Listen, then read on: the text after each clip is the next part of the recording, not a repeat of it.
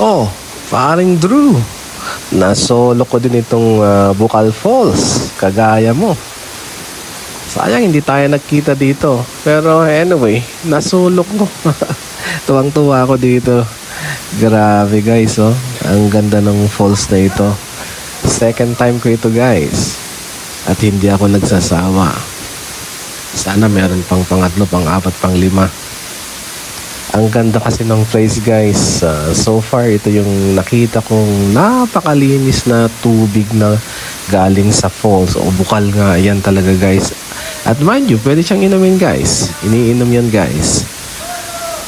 Ang linis nito. Grabe. Tuwang-tuwa ako dito. Tara na guys, puntahan nyo ito in your lifetime naman guys.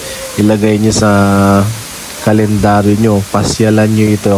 Promise matutuwa kayo dito. Hindi rin naman malalim ito guys. Okay lang, katamtaman lang sa mga